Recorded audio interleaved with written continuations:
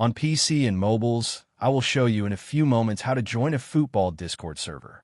It's the same method on both PC and mobiles. For this, we will open a browser on your PC or mobile, can be whichever. In my case, I will use Microsoft Edge.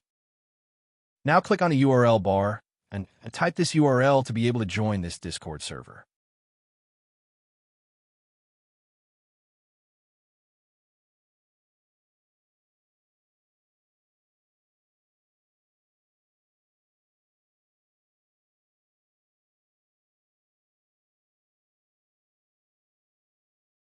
Doing this will automatically start your Discord application if you have it installed.